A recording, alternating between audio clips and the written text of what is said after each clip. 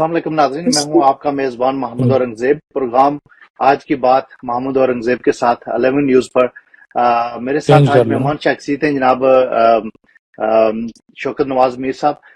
Thank you so مچ شوکت صاحب، آپ نے ٹائم دیا۔ شوکت صاحب، آپ آزاد کشمیر میں عوامی حقوق کے لیے اتنی بڑی کوششیں کی ہیں آپ نے، تاجروں کے لیے کیا آپ کرنا چاہتے ہیں؟ سر دیکھیں، پہلی بات یہ تھی کہ تاجروں کو اکٹھا کرنا جو ہے وہ سب سے بڑا ٹارگٹ تھا، جو الحمدللہ پورا کیا۔ اور مظفر آباد کے اندر جو ہے تاجروں کی ایک جو سب سے بڑی تنظیم ہے مرکزی انجمن تاجران، اس کا جو ہے وہ وجود عمل میں لایا گیا، جس کا تقریباً 12 سے 12,500 جو ہے ووٹ بینک ہے۔ یہ اتنا بڑا ووٹ بینک ہے جو پورے پاکستان میں کسی بھی جگہ پہ، کسی بھی بڑے شہر کے اندر اتنے بڑے ووٹ بینک کی کوئی بھی ایک تاجر تنظیم جو ہے وہ آج تک نہیں بن سکی۔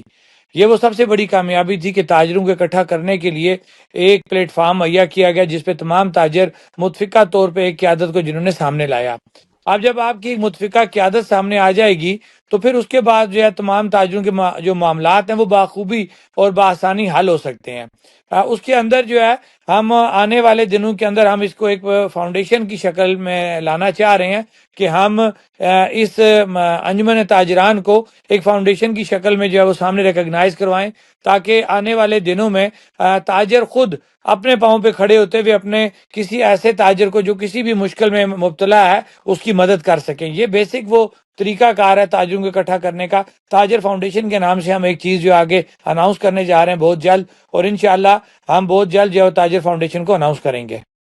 میر صاحب، یہ صرف مظفر آباد کے لیے، یہ پورے آزاد کشمیر کے تاجروں کے لیے یہ ہے نہیں سر، پلان؟ ابھی کیونکہ ہم مظفر آباد کے اندر اس کو کریں گے، اور اس کے بعد جو ہم اس کو پورے آزاد کشمیر میں لے کے چلیں گے۔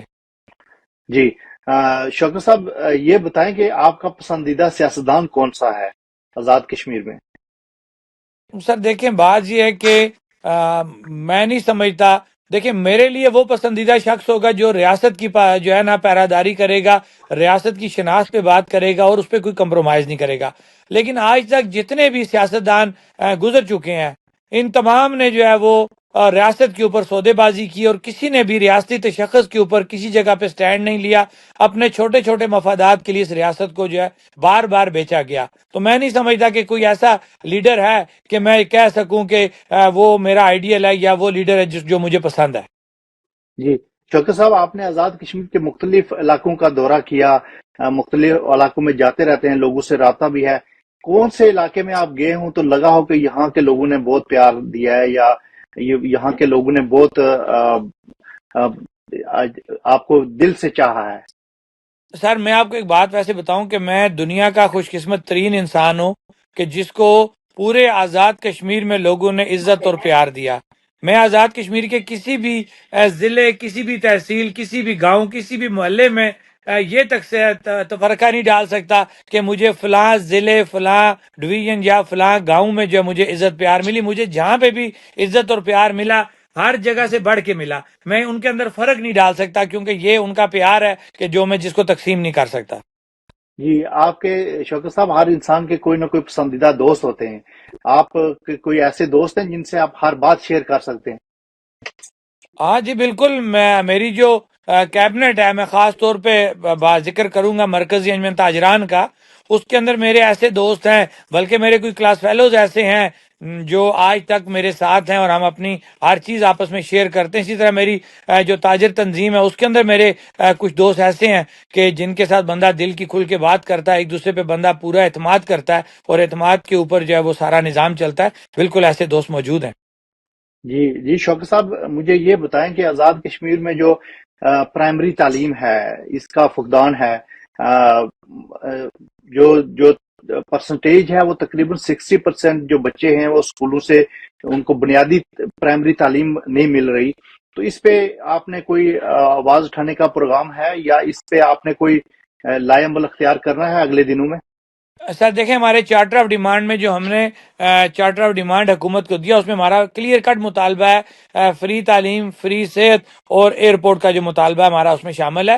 تو ہمارا حکومت سے مطالبہ ہے کہ آپ اپنی شاخرچیاں ختم کریں، اور جو ہماری بیسک چیزیں ہیں، صحت اور تعلیم، اس کے اوپر فوکس کریں تاکہ ہمارے بچوں کو اچھی تعلیم جو ہے میسر ہو سکے، اچھی صحت جو ہے ہمارے لوگوں کو جو صحت کے حوالے سے اچھی جو طبی سہولیات ہیں وہ مہیا ہو سکیں۔ جی شوکت صاحب، آپ مظفر آباد سے ہیں، مظفر آباد شہر کے کیا مسائل ہیں؟ اس سر دیکھیں یہ کہ نام کا کیپیٹل ہے، اس کے تو گناگو مسائل ہیں کہ یہاں پہ تمام حکمران آئے، انہوں نے اپنا ٹائم گزارا، لیکن مظفر آباد کو ہمیشہ اگنور کیا گیا۔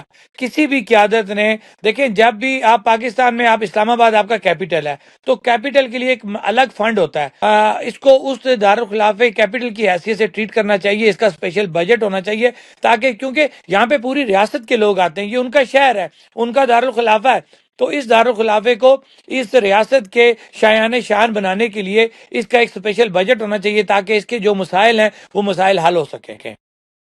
جی شوکت صاحب، آپ مظفر آباد سے ہیں، مظفر آباد شہر کے کیا مسائل ہیں؟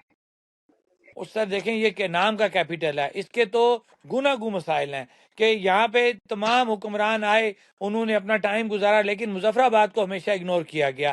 کسی بھی قیادت نے، دیکھیں جب بھی آپ پاکستان میں، آپ اسلام آباد آپ کا کیپیٹل ہے تو کیپیٹل کے لیے ایک الگ فنڈ ہوتا ہے، تو اسی طریقہ کار سے مظفر آباد آزاد کشمیر کا دارالخلافہ ہے، لہٰذا اس کو اس دارالخلافے کیپیٹل کی حیثیت سے ٹریٹ کرنا چاہیے، اس کا اسپیشل بجٹ ہونا چاہیے تاکہ، کیونکہ یہاں پہ پوری ریاست کے لوگ آتے ہیں، یہ ان کا شہر ہے، ان کا دارالخلافہ ہے، تو اس دارالخلافے کو اس ریاست کے شایان شان بنانے کے لیے اس کا ایک اسپیشل بجٹ ہونا چاہیے تاکہ اس کے جو مسائل ہیں وہ مسائل حل ہو سکیں۔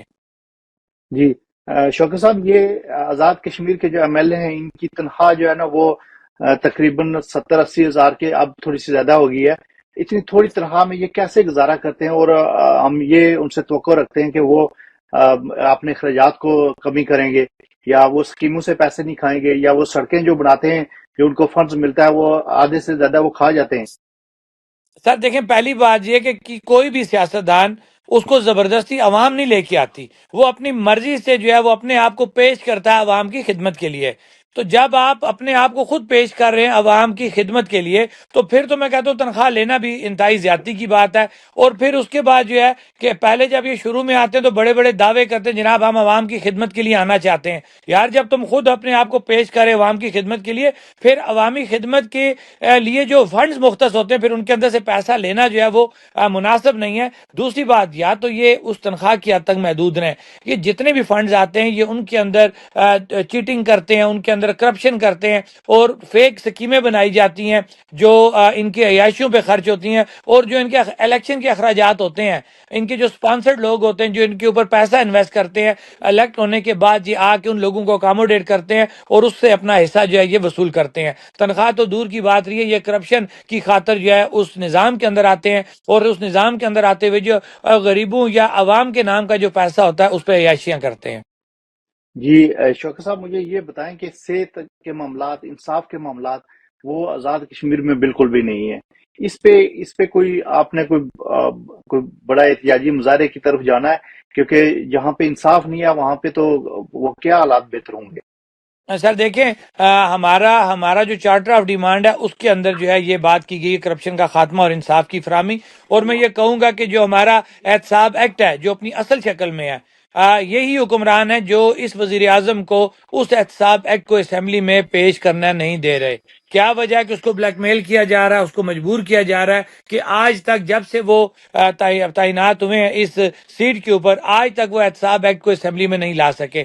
وجہ کیا ہے کہ وہ اسمبلی میں اس لیے اس کی مخالفت کر رہے ہیں کہ یہ تمام لوگ انہوں نے جو کرپشن کی ہے، کل ان کی کرپشن سامنے آ جائے گی اور یہ لوگ پکڑے جائیں گے۔ لہٰذا اس ریاست کے اندر واقعی یہ بات درست ہے کہ یہاں پہ انصاف بھی جو ہے وہ چہرے دیکھ کے کیے جاتا ہے، کوئی یہاں پہ قانون ضابطہ نہیں ہے، قانون غریب کے لیے ہے، برادری اور امیر کے لیے کوئی قانون نہیں ہے، ججز جو فیصلے کرتے ہیں وہ لوگوں کے چہرے دیکھ کے فیصلے کرتے ہیں۔ جی شوکت صاحب، آخر میں آپ سے میں ایک سوال کروں گا کہ جو ریاست جموں و کشمیر کے درمیان جو پاکستان کا حصہ ہے اور جو آزاد کشمیر ہے، جو مقبوضہ کشمیر ہے، جو بھارت کے زیر انتظام ہے، اس میں خونی لکیر ہے، اور اس خونی لکیر نے لوگوں کے 70-75 سالوں میں ایک دوسرے سے جدا رکھا ہے۔ وہ اپنے بالکل جی، یہ بہت ضروری بات ہے اور آپ نے بڑا اچھا سوال کیا۔ اس سے پہلے بھی میں جو کوٹلی کے مقام پہ ہمارا ایک تاجر کنونشن ہوا تھا، وہاں پہ بھی میں نے یہ مطالبہ کیا تھا کہ آر پار جو ہماری تجارت ہے اس کو فل فول باہر کیا جائے اور ہم لوگوں کو آپس میں ملنے دیا جائے، تاکہ یہ جو ایک اتنا گیپ آ چکا ہوا ہے یہ ختم ہوگا اور تبھی کشمیری ایک دوسرے سے مل سکیں گے اور آنے والے دنوں میں کشمیر کی آزادی کی طرف بات ہو سکے گی۔ شوکت صاحب، مقبول بٹ شہید جنہوں نے اپنی جان اس نظریے کے لیے دی اور ریاست جموں و کشمیر کے آزادی کے لیے دی، آپ کیا سمجھتے ہیں کہ مقبول بٹ ایک عظیم لیڈر تھے؟ جی بالکل، اس میں کوئی دوسری رائے نہیں ہے۔